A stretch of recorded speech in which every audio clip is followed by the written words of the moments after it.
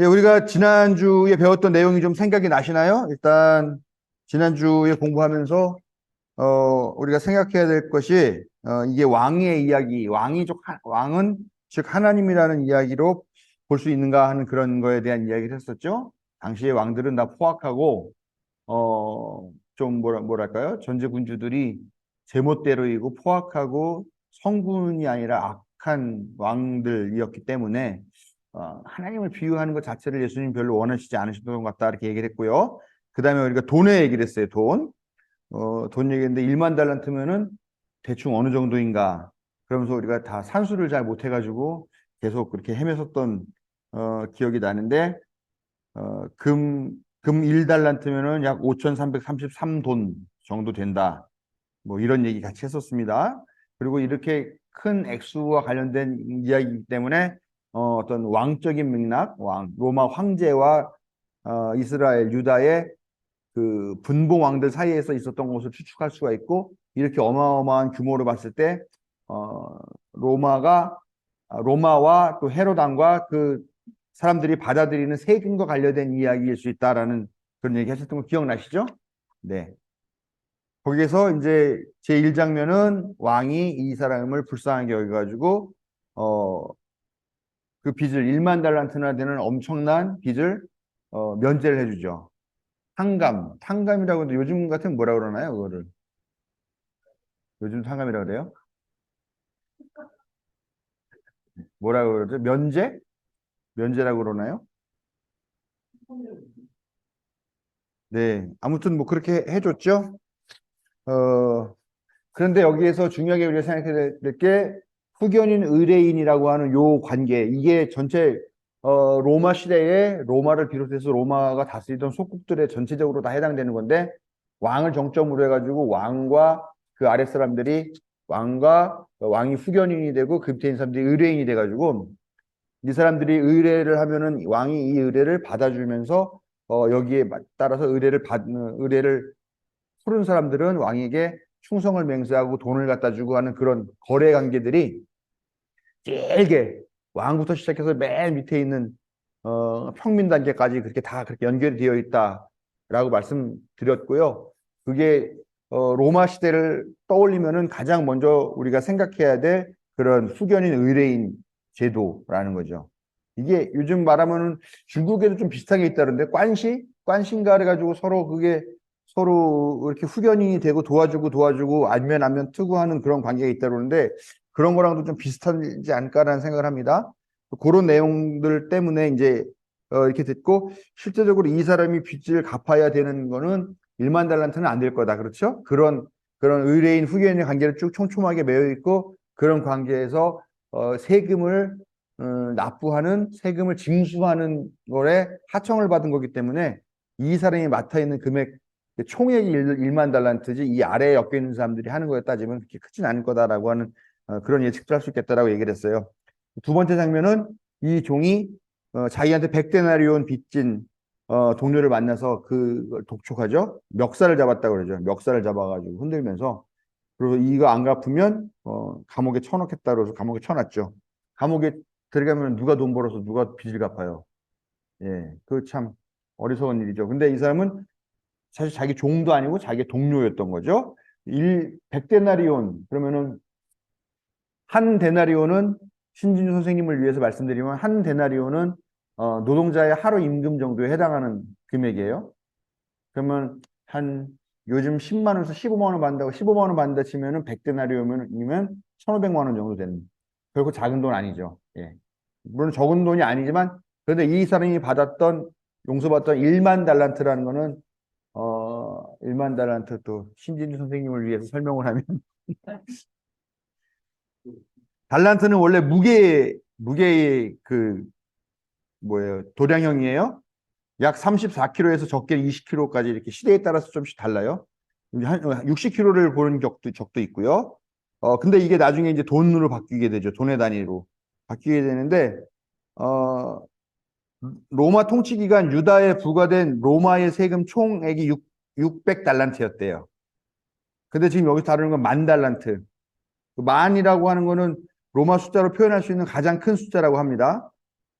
달란트도 돈의 단위에서 제일 큰 데나리온보다 훨씬 더 큰 그런 단위고, 그러니까 만 달란트 그러면은 뭐 어떤 거라고 표현했어요? 제가 만 달란트 그러면 제가 지난주에 그렇죠. 역시 선생님 대단하십니다. 하늘만큼 땅만큼 그런 개념이라고 말씀드렸으니까 한마디로 감당할 수 없는 금액이다라고 하는 얘기죠. 그 정도의 금액인데 그런 하늘만큼 땅만큼의 돈을 납부해야 되는 사람이 그걸 용서받았는데 약 1,500만 원 정도를 빚진 사람은 자기 동료임에도 불구하고 감옥에 쳐놨다라고 하는 그게 이제 제 2장면에서 지난주까지 공부를 한 내용입니다. 그럼 다시 장면이 제 3장면으로 바뀌죠. 이 장면과 3장면 사이에서는 다른 동료들이 끼어들어요. 그래서 와서 당신이 용서했던 그 종이 우리 동료들에게 이러이러한 짓을 했습니다라고 행위를 고발하죠. 그걸 듣고 나서 이 왕이 화가 났어요. 그래서 불러다가 야, 이 약한 놈아, 이 약한 종아, 몹쓸 놈아, 몹쓸 종아 이렇게 이야기를 합니다. 이거는 왕이 했던 표현 중에서 상당히 격한 표현이라 어떻게 보면은 이 종이 자기 동료 멱살을 잡고 흔들었던 것과 비슷한 그런 정도의 왕으로서의 그 채통을 유지하면서 한 그 정도의 무게의 행위다라고 볼 수 있고요. 이후에 왕이 이 말을 통해서 어떻게 할 것인지에 대한 그런 것들을 볼 수가 있는 거죠. 왕이 한마디로 말해서 아주 빡이 돌았어요. 열이 받쳤어요. 근데 아까 이 일장면에서 봤듯이 이 왕이 이 종의 빚을, 이 하늘만큼 땅만큼의 이 빚을 그냥 그 사람이 이렇게 그냥 가볍게 여기는 마음이 불쑥 들어가지고 이 종을 용서해 준단 말이에요. 너무 뜬금없죠. 그랬는데 그렇게 정말 어떻게 보면 극단적으로 용서했던 사람인데 여기서는 또 야, 이 약한 종아, 이 몹쓸 종아라고 하면서 여기서는 전혀 반대의 또 극단까지 치 달린 거죠. 그래서 이 종 너는 결코 살아나지 못할 것이다. 뭐 이렇게 하면서 이 종이 어떤 운명에 처할 것인가 하는 것들을 보여주게 되는데 아무튼 왕이 이게 극에서 극으로 왔다 갔다 널뛰기를 하고 있는 거예요, 지금. 아주 극단적인 자비를 보였다가 이제 극단적인 분노를 하는 그런 상태에서 왔다 갔다 하고 있는 거고 동료들도 이제 이 종에게는 등 돌렸으니까 이 종이 이제 살아날 길은 없는 거죠. 근데 이 왕이 뭐라고 얘기를 하냐? 내가 너를 불쌍히 여긴 것처럼 너도 내 동료를 불쌍히 여겼어야 할 것이 아니냐라고 이야기를 합니다. 이게 왕이 분노한 이유예요. 왜 분노를 했냐면 이게 명예를 훼손한 거라는 거죠. 자기의 명예를 땅에 떨어뜨렸다는 거예요.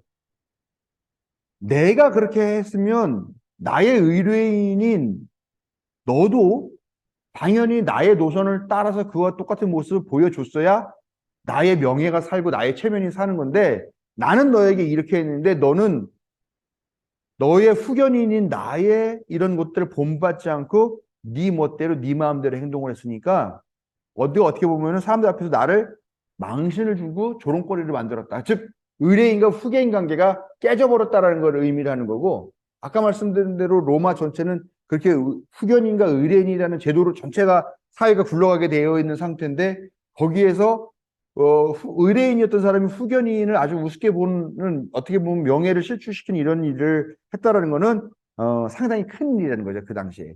그런 이유 때문에 이 왕이 아주 심각하게 분노를 하는 거죠. 즉 자기의 명예를 지키기 위해서 이 종을 처벌해야 되겠다라고 하는 그런 결단을 하게 되더라라는 겁니다. 자, 결론적으로 보면 그래서 결론적으로 그 마태복음이었나요? 누가복음이었나? 네, 네 여기서는 결론을 내리잖아요. 너희가 각각 진심으로 자기 형제자매를 용서해주지 않으면 나의 하늘 아버지께서도 너희에게 그와 같이 하실 것이다. 이렇게 이야기를 하면서 이 전체 이야기를 이 기록자 마태가 정리를 하면서 끝난다는 거예요. 그러면서 어떻게 보면 이 이야기가 상당히 너도 용서받은 것만큼 다른 사람을 하지 않으면 하나님께서 너를 진심으로 용서하지 않고 너를 심판하실 것이다라고 하는 그런 어떻게 보면 형제자매에게 잘해라 라고 하는 도덕적이고 계몽적인 그런 결론으로 이 이야기 끝나버린다라는 거예요.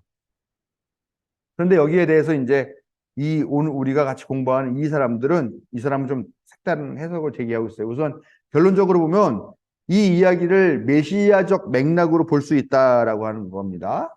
그러니까 메시아는 왕이죠. 왕. 뭐 일상적이죠. 그러니까 뭐 하나님을 왕으로 보고 새로 오시는 이 메시아를 왕으로 보는 건 너무나 자연스러운 그런 구조예요. 왜냐하면 항상 하나님은 왕이시다. 그렇게 노래를도 많이 했고 그렇기 때문에. 자, 이 이야기에서 이 왕을 메시아로 볼 경우에 이 이야기는 듣는 사람들에게 희망을 줍니다. 어떤 희망을 주냐? 1만 달란트나 되는, 하늘만큼 땅만큼이나 되는 엄청난 빚을 이 왕이 그냥 탕감해 줬어. 근데 이 탕감이라고 하는 것들을 이야기를 들었을 때 이 사람들이 머릿속에 떠오르는 단어가 있는데 그게 뭐냐? 희년이에요. 주빌리. 희년. 희년이라는 건 뭐냐면 레위기서 25장에 나오는 규정인데 7년 주기로 안식년을 가져요. 그러니까 6년 동안 땅을 갈고 경작을 하면 7년째 되는 해에는 그 밭을 갈면 안 돼요. 땅도 쉬게 해야 돼요. 그래서 가난한 사람들도 와서 거기 떨어진 것들도 주워 먹고 짐승들도 와서 그 곡식들 주워 먹고 하는 거죠. 그렇게 해서 그 안식년이 7번을 겪으면 49년이죠. 그리고 49년째를 쉬고 50년째 되는 해도 또 쉽니다. 이 50년째 되는 해를 희년이라고 해요. 이 희년에는 놀라운 일들이 벌어져요. 땅은 땅인데 예를 들면 함장로님이 살림이 어려워가지고 이 대대로 물려받던 이 땅을 나에게 팔았다.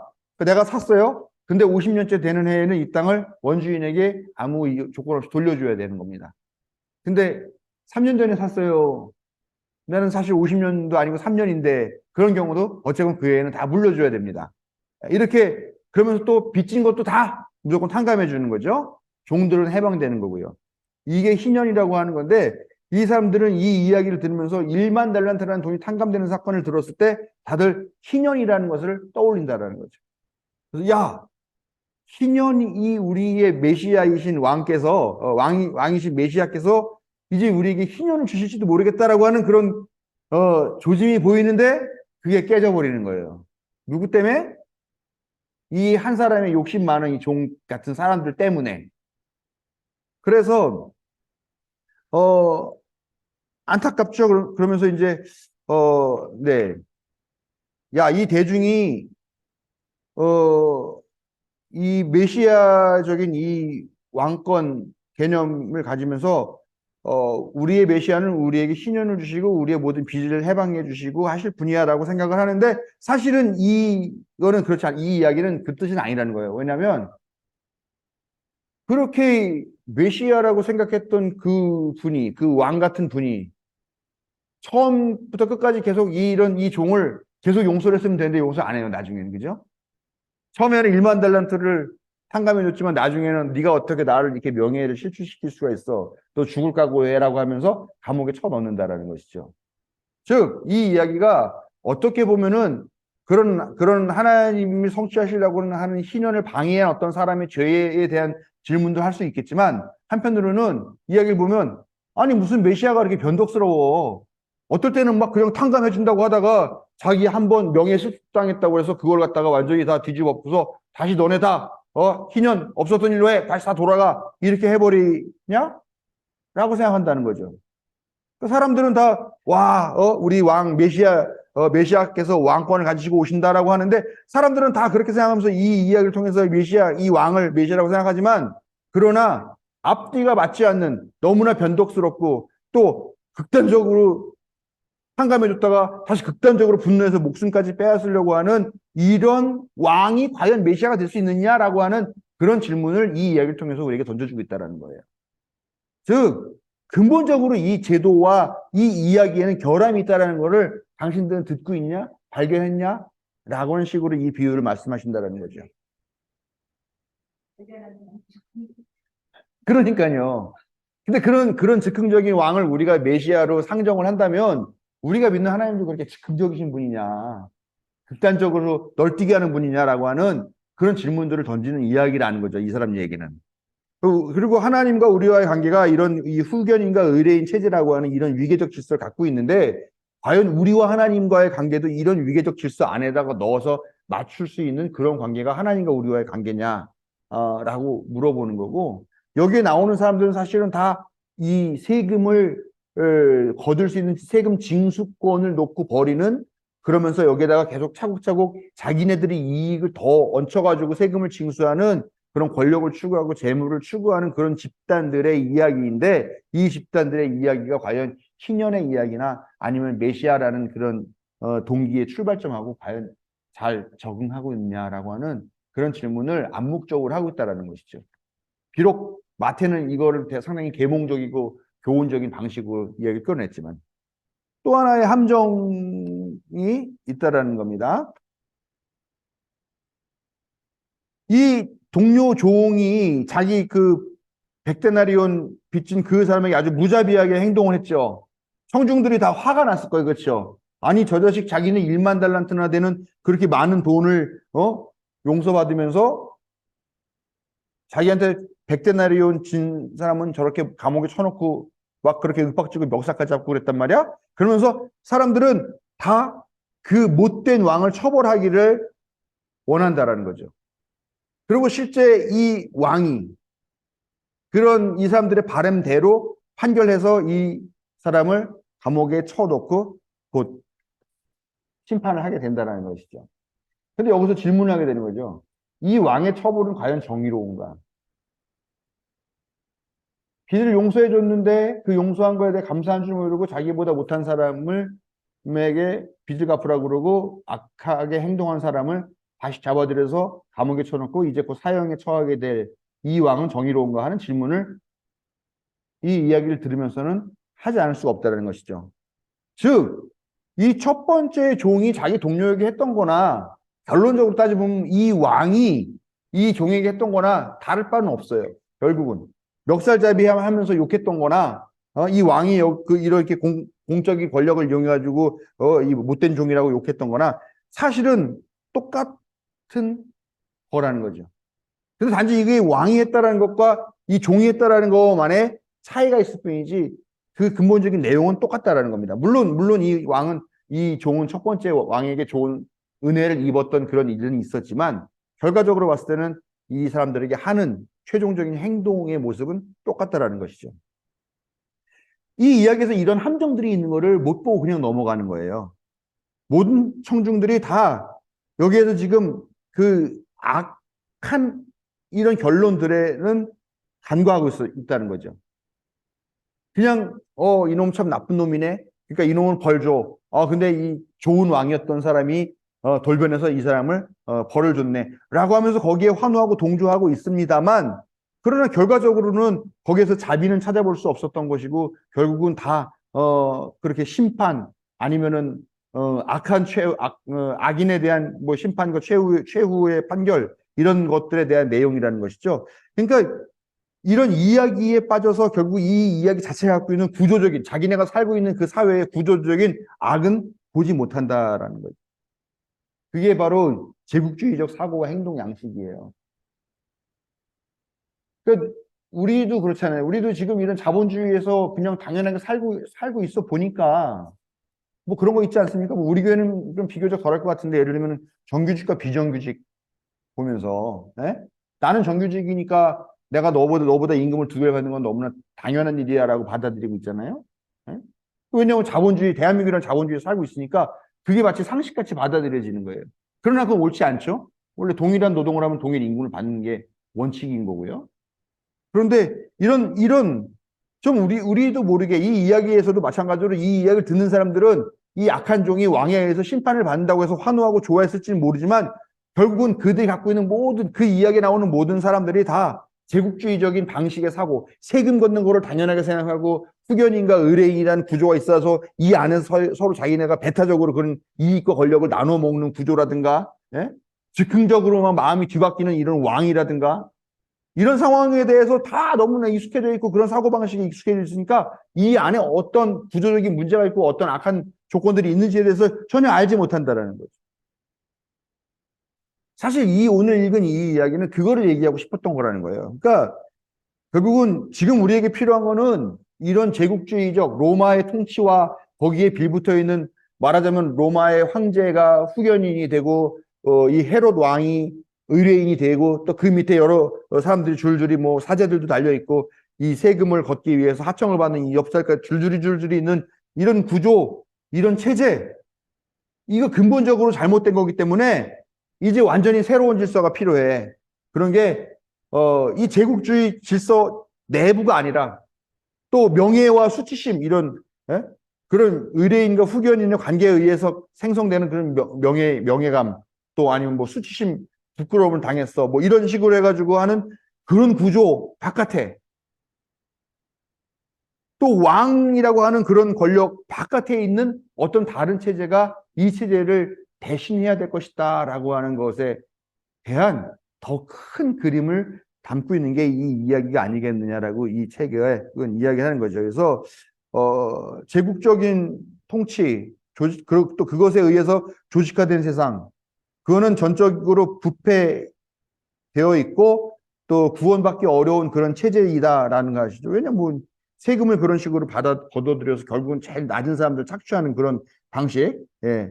이런 것 자체는 보지 못한다라는 거죠. 아주 작은 계몽적인 거, 도덕적인 거 그런 것들만 보게 되는 거고 또 왕들과 권력자들을 중심으로 이 세계가 돌아간다라고 보는 거예요. 왕이 그렇게 하니까 그 왕 좋은 왕이네. 그러나 이 왕도 옳은 건 아니라는 것이죠. 애초에 왜 그렇게 많은 세금을 걷어요? 예를 들면 그런 문제까지도 다 얘기를 해야 되는데 이런 역사관에 젖어 있는 그 이야기를 듣는 사람들을 결국은 니들이 사실은 니들 여기에 앉아서 이 이야기를 듣고 있는 너희들이 바로 다 유죄야라고 유죄 판결을 내리는 것과 같은 그런 어마어마한 무게가 있는 비유다라는 것입니다. 그래서 결국은 이 로마 제국이라고 하는 이런 모델을 따라서 만들어진 이 세상, 이런 것들을, 이 안에서 뭘 하려고 하는 것들은 사실은, 다 하찮은 것들이라고 비웃고 있으면서, 하나님 제국, 하나님의 나라라고 하는 것은 무엇이든지 간에, 물론 여기에서는 그 하나님 나라가 어떤 것인지에 대한 얘기는 하지 않았어요. 그렇지만 지금 우리들이 살고 있는 이 로마 제국, 이 로마 제국과 관련이 있는 이 유다 제국, 왕국, 이런 방식은 결코 될 수 없다. 라고 하는 것을 분명하게 매우 암묵적이고 상징적으로 전해주는 그런 비유다라고 결론을 내리고 있습니다. 이야기가 좀 더 복잡했나요, 오늘? 네. 잘 들으셨어요? 네, 오늘 저 아까 그 박성준 목사님 설교하시는 내용 보면서, 들으면서 오늘 이 말씀하고 되게 비슷하다고 생각이 들어요. 왜냐면 다들 다 이 이야기를 듣는 사람들도 이 안에서 환호하고 동조하고 이 왕을 칭찬하고 했을지는 모르지만 사실 그들 모두가 다 이미 그 세계에 젖어 있는 거잖아요. 젖어 있는 것. 근데 오늘 그거는 뭐 박성진 목사님 설교에 따르면 그거를 정상 이데올로기, 그러니까 그 안에 젖어 있는 사람들이 정상인 거지 그 안에 것들이 잘못됐다고 생각하고 이거를 견디기 외로워하고 여기서 이탈하려고 하는 사람들은 비정상이라고 하는 낙인을 찍으면서 그 사람들을 배제하고 추방하고 하게 된다라는 거잖아요. 마찬가지로 예수님은 어떻게 보면 정말로 그 사람들이 다 젖어서 그 안에서 사실은 전체가 다 부조리한 건데 부조리한 사회에서 누가 요거만큼 좀 잘했고 요만큼 나빴고 하는 그런 정도의 차이인데 그 안에서 서로 잘했다고 좋아하고 칭찬하고 하는 이런 방식들을 어떻게 보면 아주 신랄하게 비판하고 비웃으면서 그것 바깥에서 만들어지는 새로운 질서에 대한 이야기를 하시는 거니까 사실 예수님도 상당히 전복적인 분이시고 이 이야기도 전복적인 이야기고 그 다음에 우리 오늘 설교식으로 말하면 비정상적인 정상적인 이데올로기 안에서는 존재할 수 없는 그런 존재들 그 바깥에서나 그냥 배제되고 추방당에 마땅한 그런 존재들이 사실은 예수와 예수의 제자들이고 오늘날은 우리가 마땅히 그런 존재가 되어야 하는데 우리는 또다시 지금 또 다른 이데올로기 이 사람들의 이 이야기를 들으면서 깔깔거리면서 왕을 칭찬하는 이런 이데올로기 이런 구조 안에 우리는 또 이제는 교회라는 자본주의라고 하는 그런 구조 안에 또 우리도 똑같은 사람이 돼버린 건 아닌가 하는 반성들을 하게 되는 그런 비유로 드려야 되겠다라는 말씀입니다. 여기서 중요하게 봐야 되는 게 후견인 의뢰인 체제라는 거예요. 그러니까 예를 들면 내가 목사예요. 장로님이고 내가 맨날 교회에서 가난한 사람들을 도와주라 계속 설교를 하는데 장로님이 제 앞에서는 아멘 아멘 하고 나서 딱 나가가지고 가난한 사람들 막 멸시하고 그냥 침을 뱉었다 라고 말하면 제가 모욕감이 들겠어요 안 들겠어요? 내가 그렇게 매주 설교했고 내가 설교하는 거에 아멘 아멘 했는데 돌아서서는 내가 얘기한 것과 전혀 반대 행동을 한다 그러면은 내가 당연히 장로님한테 화가 나기도 하고, 나를 어떻게 말하면 그래서 내가 장로까지 시켜준 건데 어떻게 보면 나를 배반한 거잖아. 예를 들면 무시, 내가 뭐 무시받을 만한 뭐가 있나요? 네. 아무튼 그런 것 같은 거죠. 그러니까 옛날 사람들은 지금도 사실 그 인도에서는 자기 가족, 여자 가족이 강간을 당하면은 명예살인이라고 하는 거 하잖아요. 이런 것들이 암묵적으로 유지가 되고 있는데, 사실은 강간이라고 하는 것들은 사형당해도 마땅한 그런 죄악이긴 하지만 사적 복수를 할 수 있는 영역은, 아니잖아요. 그만큼 명예라는 게 중요하다라는 거죠. 저놈이, 그러니까 어떤 한 개인에 대해서 성적인 범죄를 저질렀다고 하는 게 범죄가 명예를 실추한 게 아니라요. 저놈이 감히 우리 집안의 명예에 도전해 왔어라고 하는 거기 때문에 이게 이 명예 사건들이 커지는 거거든요. 로미오와 줄리엣에서 나오는 것도 그렇게 서로 집안에 대한 명예에 대한 문제이고, 그러니까 그런 명예, 그러니까 내가 너를 이렇게 이끌어주고 그러면 너는 당연히 나의 말을 따르고 작은 내가 돼야 되는데, 작은 방현섭이 돼야 되는데 그렇지 못하고 전혀 다른 행동을 했어. 그러면은 너는 나의 관계를 부정하고 나의 존재를 부정하는 거다. 그러니까 너는 나의 명예를 취한 것이다라는 것들이 이 이야기는 암묵적으로 들어있는 거죠. 자, 그 예수라고 하는 사람이 그 이제 보통 견유학파라고 얘기를 해요. 그 개견자에다가 그 생각한다, 사유하다 할 때 쓰는 유자. 그러니까 개같이 떠돌아다니면서 여기저기 떠돌아다니면서 철학하는 사람들을 견유학파라고 얘기를 하는데 예수님을 견유학파에 들어가요. 근데 예수님이 그렇게 떠돌아다닐 때 예수님의 이야기를 들으러 오는 사람들, 뭐 많게는 5천 명, 적게는 4천 명, 뭐 몇백 명 이렇게 있잖아요. 뭐 실제로는 그렇지는 않을 것 같은데, 근데 그때 예수님의 얘기를 들으러 나온 사람들이 주로 누구냐라는 거예요. 그 자리에 나와서 예수님 말씀을 들었던 사람들이 누구냐? 식자, 학자, 부자, 권력자들은 없었어요. 간혹 있었어요. 바리새인들이나 공의회 의원들이 가끔 있었어요. 근데 그 사람들은 대놓고 예수님을 만나지 못하고 밤에 몰래 찾아와가지고 내가 공의회 의원인데 어떻게 해요? 구원을 얻겠습니까? 했더니 네가 가진 재산 다 팔아가지고 가는 사람 나눠주고 넌 나를 따라와라고 말했더니 상심하면서 돌아간 사람, 이런 사람들. 그런 사람들은 또 예수님을 스승이라고 생각을 했지만 대놓고 나와서 예수님 말씀을 듣지는 못했어요. 예수님을 따라다니는 사람이 누구냐라는 거예요. 우리가 제일 많이 알죠. 환자, 예. 또 가난한 사람. 가난한 사람들 심지어는 가다가 예수님 말씀 듣다가 가다가 먹을 게 없어가지고 쓰러져 죽을지도 모르는 정도로 예수님 걱정하는 그런 사람들, 가난한 사람들, 어린애 아이들, 여자들, 여자들 중에는 또 창녀라고 불리는 사람도 있죠. 그 사람이 지금 말하는 무슨 성매매업자하고는 좀 다른 개념일 수도 있는데 뭐 그런 여자들, 주로 이런 사람들이 예수님께 나와왔어요. 한편으로는 맞아요. 그 사람들이 하나님께서 이렇게 만달란트를 상감해 주신 것처럼 너희들도 용서받았다.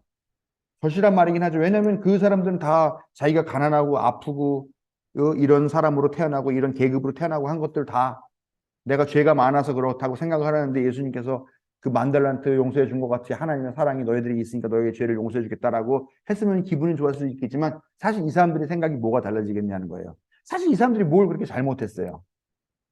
그냥 그렇게 태어난 것일 뿐이고 그 사회가 그 사람들 나쁜 사람이라고 뭐라는 거죠. 사실 억울한 사람들이죠.